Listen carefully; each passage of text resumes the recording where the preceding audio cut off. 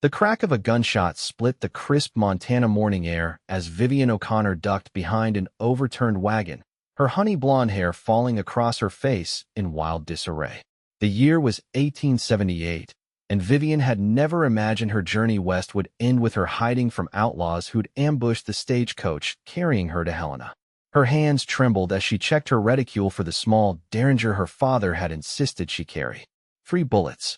3 chances to survive. Come on out, little lady, a gruff voice called. We just want what's valuable.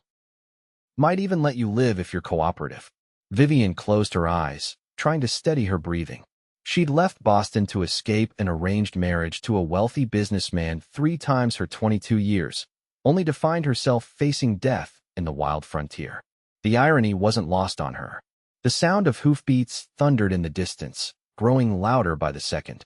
The outlaws cursed, and more gunfire erupted. Vivian pressed herself tighter against the wagon, praying whoever approached wasn't more danger. Get your hands up where I can see him, a deep, commanding voice shouted. More shots, then silence. It's clear now, miss. The same voice called, gentler this time. You can come out. Vivian peered around the edge of the wagon to see a tall man dismounting from a chestnut stallion. His broad shoulders were outlined against the morning sun, a worn leather hat pushed back on his head revealing dark hair and a sun-weathered face. 2 outlaws lay on the ground, wounded but alive, while a third was being tied up. They'll live to see a proper trial, he said, noticing her stare. He holstered his revolver and approached slowly, hands visible. Name's Ryder Jackson. I'm the marshal from Silver Creek, just over that ridge. Vivian tried to stand, but her legs gave way. Marshal Jackson reached her in 3 long strides, catching her before she hit the ground. Thank you, she managed, her voice trembling uncontrollably.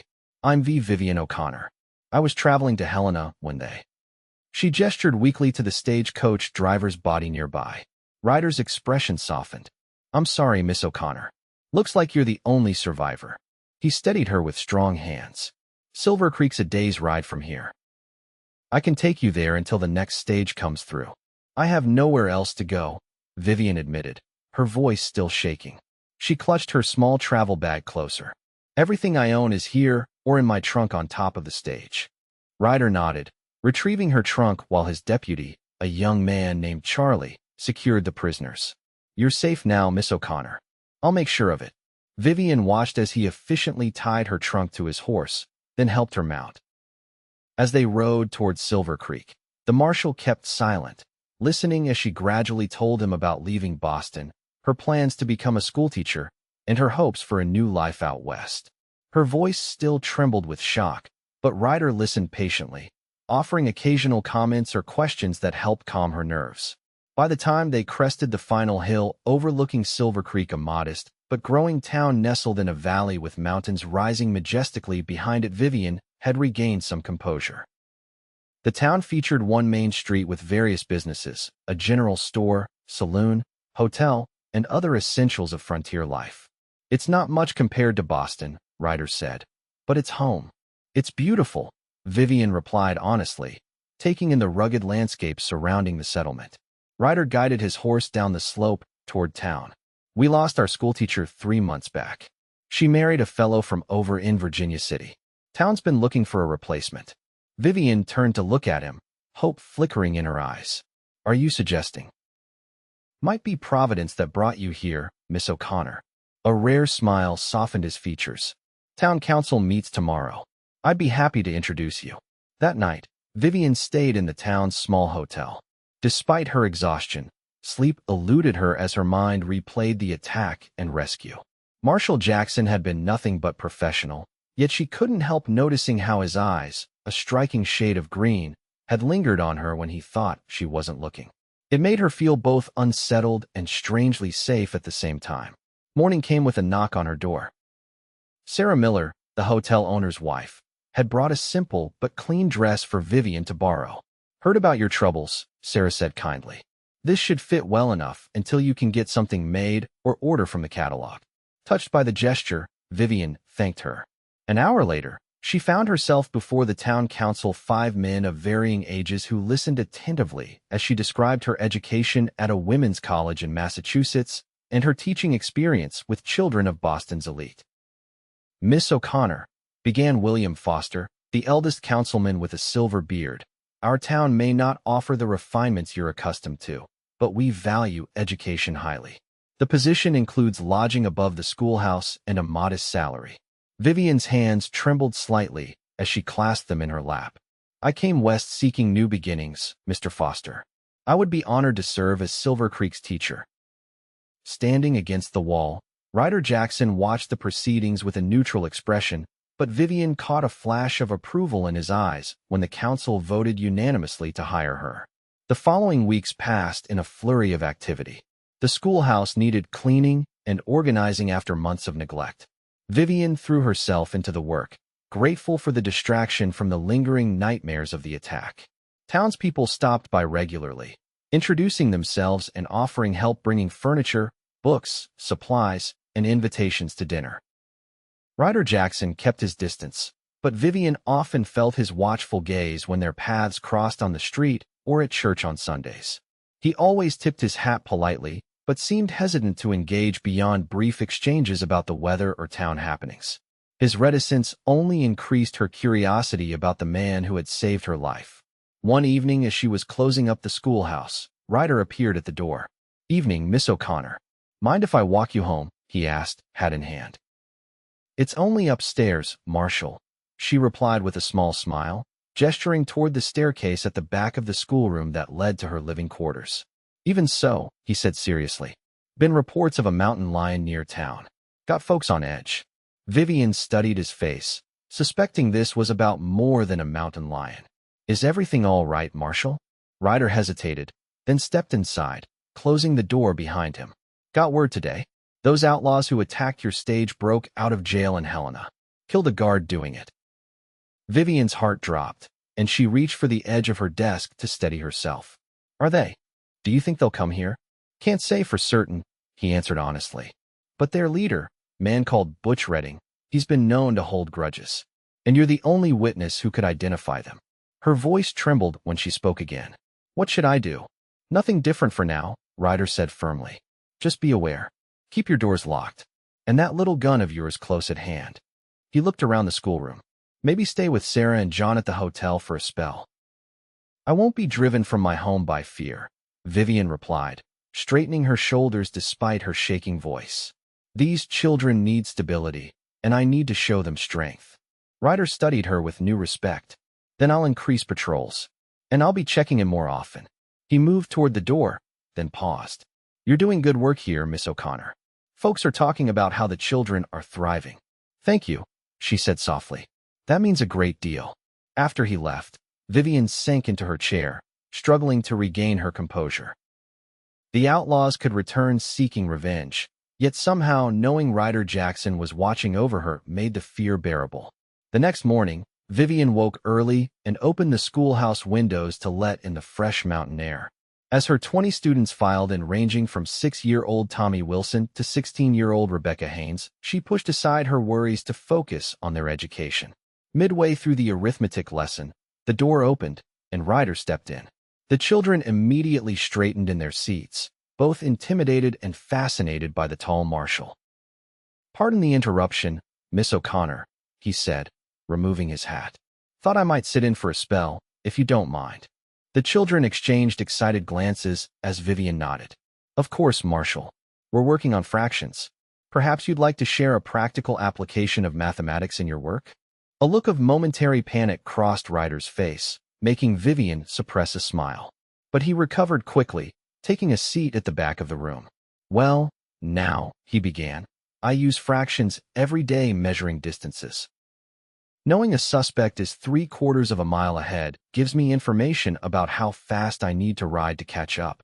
The children were entranced as Ryder explained other ways math helped in tracking, measuring bullet trajectories, and calculating supplies needed for journeys. Vivian watched him warm to the subject, revealing a thoughtful intelligence behind his typically reserved demeanor. After school, as the children scattered to their homes, Ryder lingered. "You're good with them," he commented, helping her stack primers on the shelves. "So are you," she countered. "They were captivated by your examples." A rare smile crossed his face. My mother was a teacher before she married my father. She taught me to respect learning.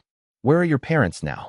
Vivian asked, realizing how little she knew about the man who'd saved her life. Gone, he said simply. Pa died in the war. Ma followed 3 years later. Consumption. He replaced a book that had fallen to the floor. What about yours? My mother passed when I was 14. My father is a shipping merchant in Boston. She hesitated. He had plans for me that didn't align with my own dreams. Ryder nodded, understanding without needing details. Hard country out here for a woman alone, but you seem to be finding your footing well enough. I'm hardly alone, Vivian pointed out. Everyone has been welcoming. Except perhaps you, Marshal. The words slipped out before she could stop them. His eyebrows rose. Me? You've been distant. Watching but keeping your distance. She busied herself arranging papers on her desk. I've wondered why. A long silence followed, broken only by the ticking of the schoolhouse clock. Miss O'Connor, he finally said, my job is to protect this town and everyone in it. That includes maintaining a proper distance. Is that all it is? Professional propriety. She looked up, meeting his gaze directly. The intensity in his green eyes made her breath catch. No, he admitted. That's not all. Before he could elaborate, shouting erupted outside. Ryder was instantly alert, moving to the window. Stay here, he ordered, drawing his gun and heading for the door. Vivian followed him to the window instead. Down the street, flames were visible from the direction of the livery stable. People rushed about with buckets while others led frightened horses to safety. I should help, she said, already reaching for her shawl. No, Ryder said firmly. Something's not right. Fire didn't just start on its own, middle of the day like this. A chill ran through Vivian. You think it's them? The outlaws? Maybe. Perfect distraction. He scanned the street, then gestured to the back door. Go upstairs, lock yourself in, and stay away from windows. What about the children? Some might still be in town. Ryder cursed under his breath, torn between duties. Fine.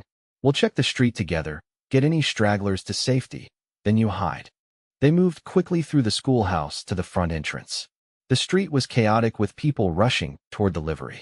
Vivian spotted 10-year-old Eliza Foster huddled fearfully by the general store. Eliza, she called, hurrying toward the girl with Ryder close behind.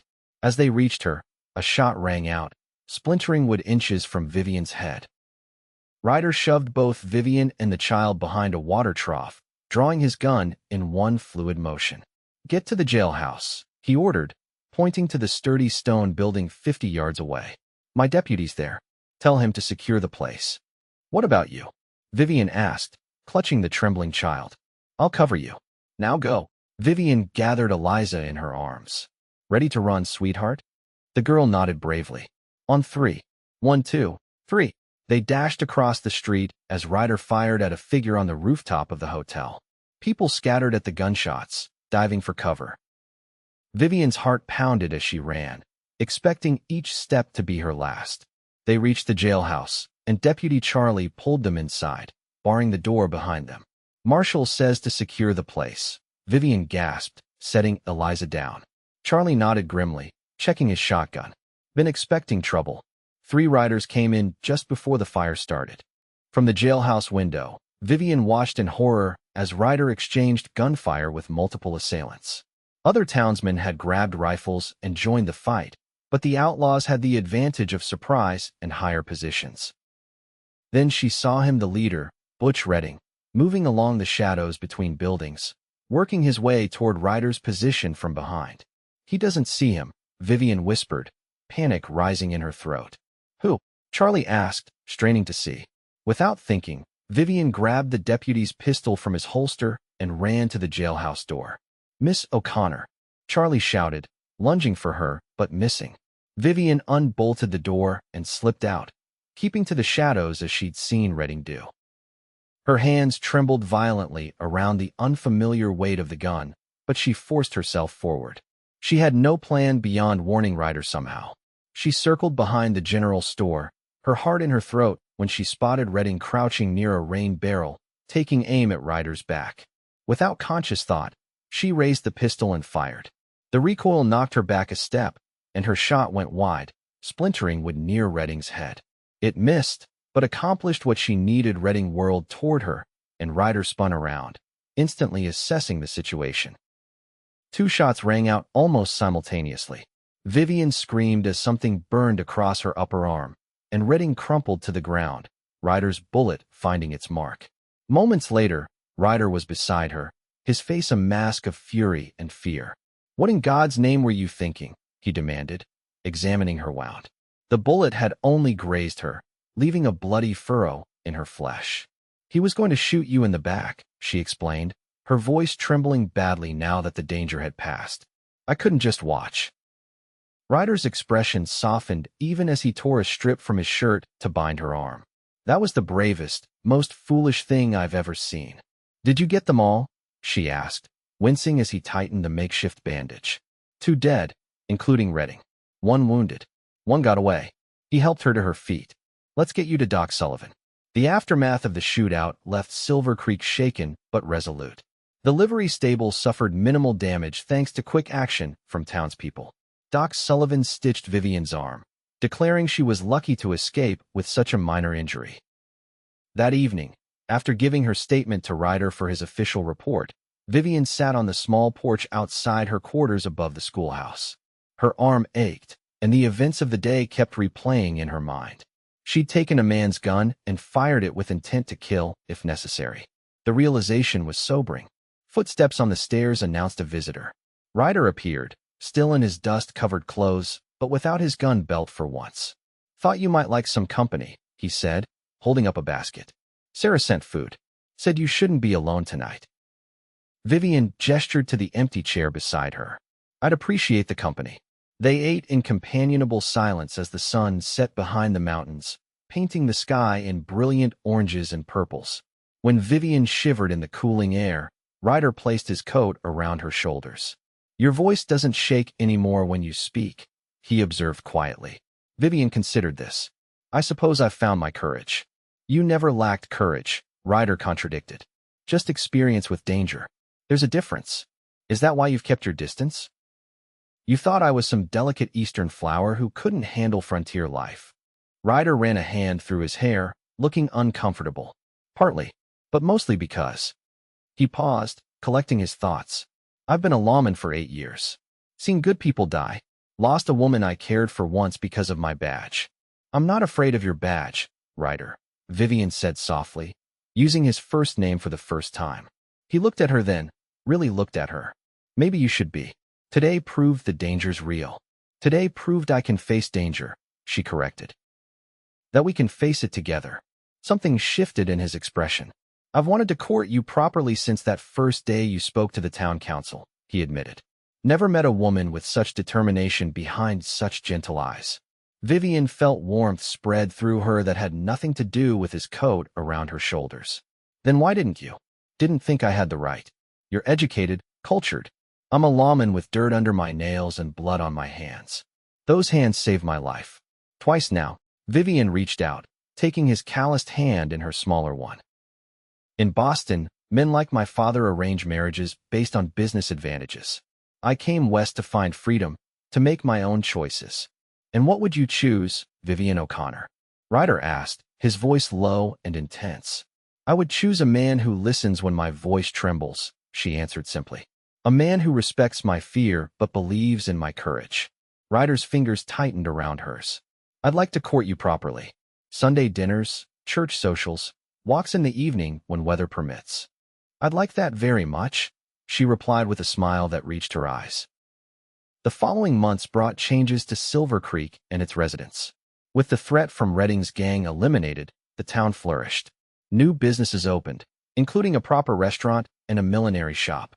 The school enrollment grew as more families settled in the area. Ryder courted Vivian as promised with respect, patience, and a growing affection that became increasingly difficult for either of them to disguise. They attended socials together, took Sunday walks, and shared quiet evenings on her porch discussing books, philosophy, and their differing backgrounds. One crisp autumn day, 6 months after the shootout, Vivian was teaching her students about the Declaration of Independence when Ryder appeared at the schoolhouse door. This wasn't unusual, he often stopped by, but his expression was grave. "Children," Vivian said, setting down her chalk. Please continue reading the passage silently. I need a word with the marshal. Outside, Ryder led her a few paces from the building. Got a telegram from the territorial governor, he said without preamble. They're offering me a position as U.S. Marshal for the whole territory, based in Helena. Vivian's heart sank. Helena was over 100 miles away. That's a great honor, she managed. It is, he agreed, studying her face. Better pay. More responsibility. When would you leave? End of the month. If I accept. Vivian forced a smile. Of course you'll accept. It's an important position. You deserve the recognition. Ryder touched her cheek gently. I haven't given my answer yet. Why not? It's clearly an advancement. Because the most important thing in my life is right here, he said simply. Vivian's breath caught.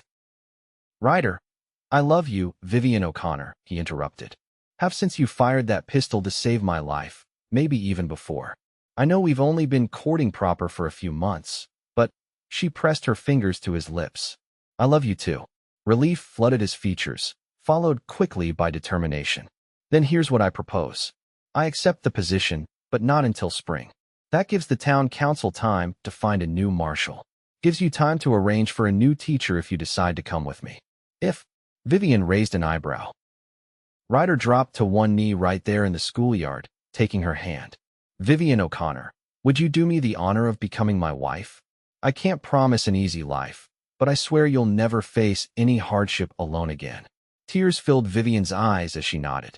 Yes, I'll marry you.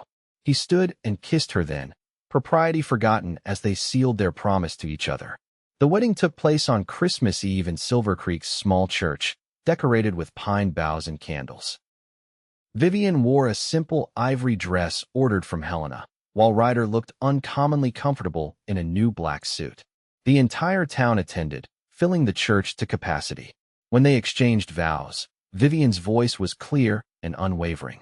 She had found her strength in this wild country, and in the man who had first heard her when she was most afraid.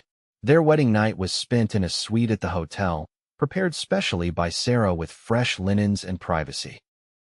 Despite their months of courtship, they approached this new intimacy with a mixture of desire and nervousness that soon gave way to tenderness and passion.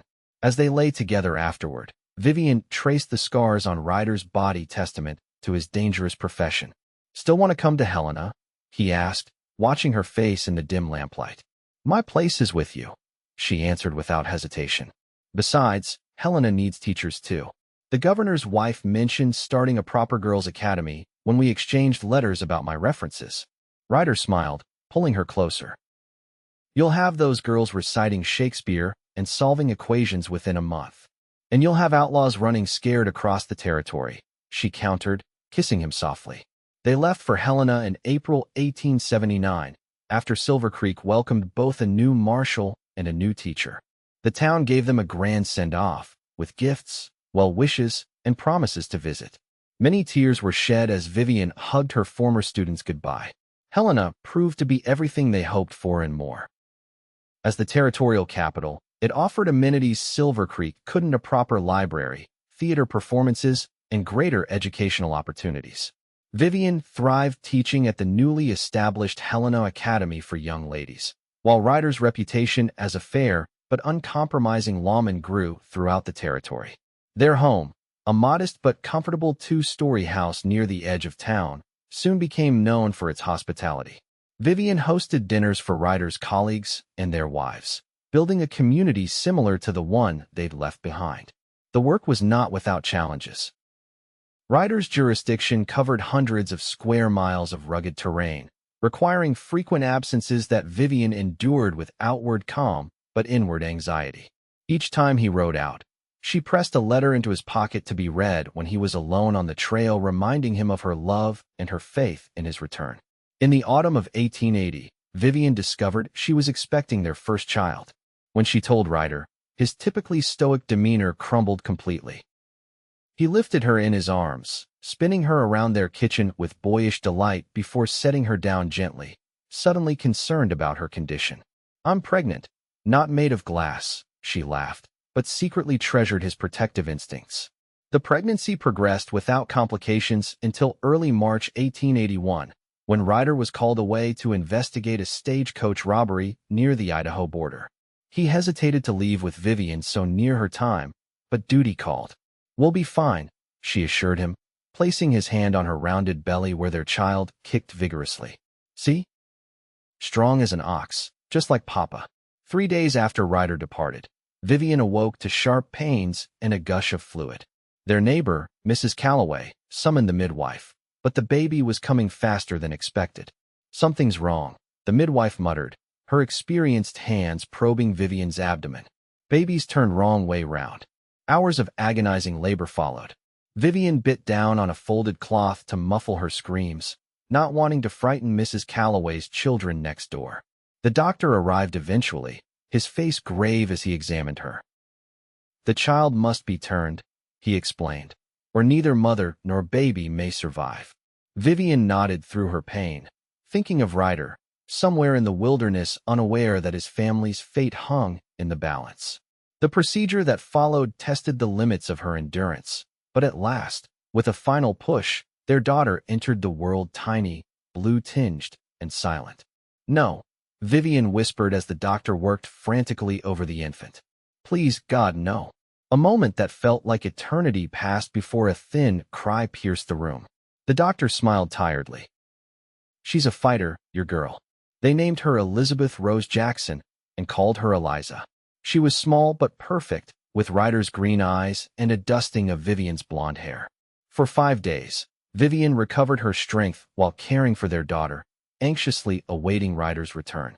When he finally burst through the door, trailed dust still coating his clothes and exhaustion lining his face. Vivian saw the exact moment he registered the bundle in her arms. He crossed the room in 3 strides, dropping to his knees beside the bed. "You have a daughter," Vivian said softly, placing the sleeping infant in his arms. Ryder's hands, which had taken down the territory's most dangerous men, trembled as they cradled his child. "She's so small," he whispered in awe. "But strong," Vivian assured him. The doctor wasn't sure she'd make it at first, but she proved him wrong. Ryder's head snapped up, noticing for the first time the pallor of Vivian's complexion and the exhaustion in her eyes. What happened? When Vivian explained the difficult birth, something changed in Ryder's expression. He kissed her gently, then laid their daughter in the cradle beside the bed. "I'm turning in my badge," he said firmly. "What?" "Ryder, no. I almost lost you both while I was chasing thieves across the territory," he interrupted, his voice rough with emotion. "Nothing is worth that risk." Vivian reached for his hand. "You love being a marshal. It's who you are." "Who I am is Eliza's father and your husband," he countered. "That comes first now." In the end, they compromised. Ryder accepted an administrative position with the territorial government, overseeing martial operations from Helena rather than riding the trails himself. The regular hours and reduced danger suited their new family life, though occasionally Vivian caught him staring wistfully at the mountains visible from their window.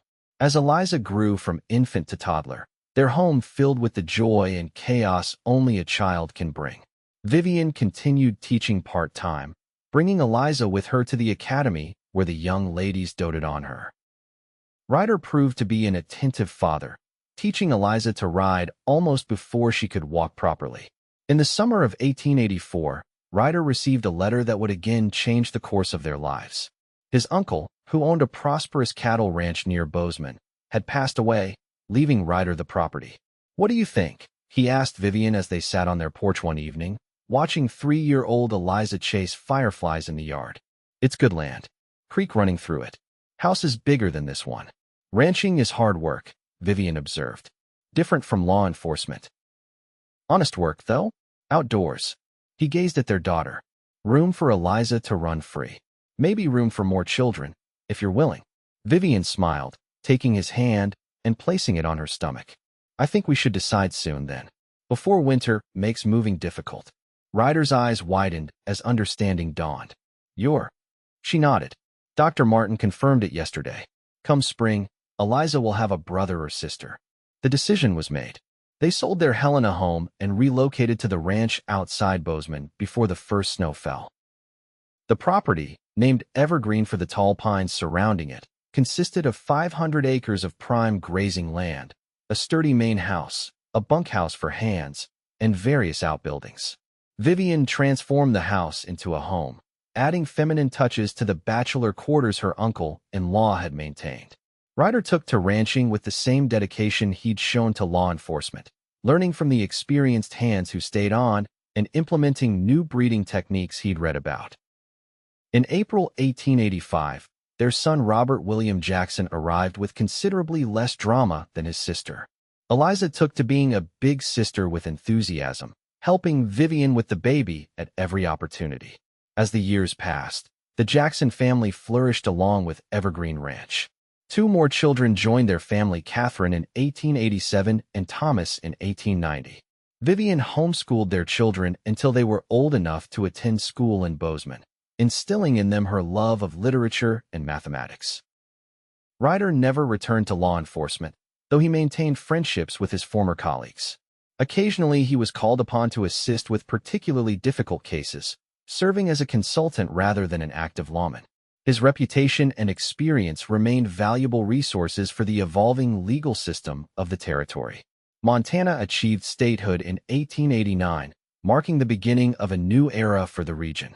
The wild frontier was gradually yielding to civilization, though the spirit of independence and self-reliance remained strong in its people like the Jacksons. On their 20th wedding anniversary in 1898, Ryder surprised Vivian with a trip to Yellowstone, recently designated as a national park. They left their teenage children in charge of the ranch, under the watchful eye of their foreman, and spent 2 weeks exploring the natural wonders of the region. One evening, as they sat before a campfire with the magnificent landscapes spread before them, Ryder took Vivian's hand. "Do you ever regret it?" he asked. "Leaving Boston? Coming west? Marrying a lawman turned rancher?" Vivian smiled, the firelight dancing on her still beautiful face. Though 2 decades of frontier life had left their mark, fine lines around her eyes, hands toughened by work, her spirit remained undimmed. "Not for a single moment," she answered truthfully. "Remember how my voice used to tremble when I spoke? How frightened I was." "I remember," he said softly. "You were the bravest frightened woman I'd ever met." "You listened when others might have dismissed me," she said, leaning against his shoulder. "You heard my fear, but saw my strength. How could I possibly regret finding that?" Ryder kissed her then, with all the tenderness and passion of their younger days. 20 years, he murmured against her lips. "And I'd take 20 more if you'll have me." "Only 20, she teased. "I was thinking more along the lines of forever." As they returned to Evergreen Ranch, they found their children had prepared a surprise anniversary celebration with neighbors and friends from miles around. Eliza, now 20, had recently become engaged to the son of a neighboring rancher. Robert, 13, showed promise as a natural horseman. Catherine, 11, had inherited her mother's intelligence and teaching instincts, while Thomas, 8, displayed his father's quiet strength and sense of justice. Looking at her family gathered in the home they had built together, Vivian felt a profound gratitude. From that terrified young woman hiding behind an overturned wagon, she had become a wife, mother, teacher, and pillar of her community. The transformation seemed impossible, yet here she stood, surrounded by the evidence of a life well lived. That night, as she and Ryder prepared for bed, he caught her looking at an old photograph of them taken shortly after their wedding. "What are you thinking?" he asked, wrapping his arms around her from behind. "I'm thinking about voices," she replied. "How mine used to shake with fear, and how you always listened." "Still listening," he promised, turning her to face him. "Always will be."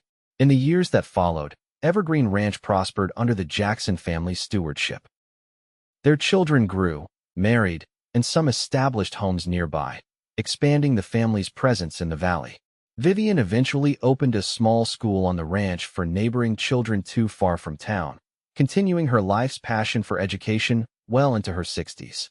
Ryder remained active in ranch operations until age finally demanded he slow down, allowing Robert and Thomas to take over the daily management. Even then, he could often be found offering advice from the porch or inspecting fences on his favorite horse. On quiet evenings, the couple still sat together watching sunsets, their hands entwined as they had been since those early days in Silver Creek. Their conversations ranged from practical matters of ranch business to philosophical discussions about the rapidly changing world entering the 20th century.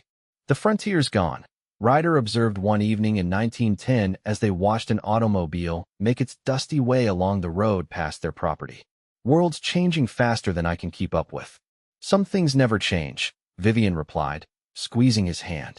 The mountains, the seasons. What matters most? He smiled at her, the lines on his weathered face deepening. You've always been wiser than me, Vivian O'Connor Jackson. Not wiser, she corrected gently. Just different wisdom. You taught me courage. I taught you patience. Fair trade, he agreed with a chuckle.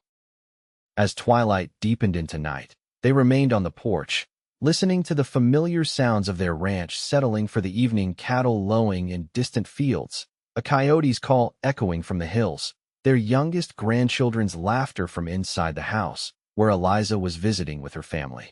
Do you remember what you said to me that day in the schoolhouse? Vivian asked. When I asked why you'd kept your distance? Ryder thought for a moment. I believe I said something about maintaining professional propriety. She laughed softly, and I asked if that was all it was. And I admitted it wasn't, he finished, smiling at the memory. Best admission I ever made. Vivian rested her head against his shoulder. I've been thinking lately about legacies. What we leave behind. 4 children, 11 grandchildren. A prosperous ranch, Ryder listed. Generations of students who learned from you. Men walking free instead of hanging because I brought them in alive for proper justice. Not a bad accounting, I'd say. There's more than that, Vivian said softly. There's how we lived, the love we shared, the way we faced each challenge together. Ryder turned to look at her fully, his green eyes still bright in his aged face. You know what amazes me most after all these years? Your voice doesn't tremble anymore when you speak of important things. Because you taught me I deserve to be heard, she replied simply. As stars appeared in the Montana sky, they shared a kiss as sweet as their first, seasoned by decades of shared joy and sorrow, triumph and challenge.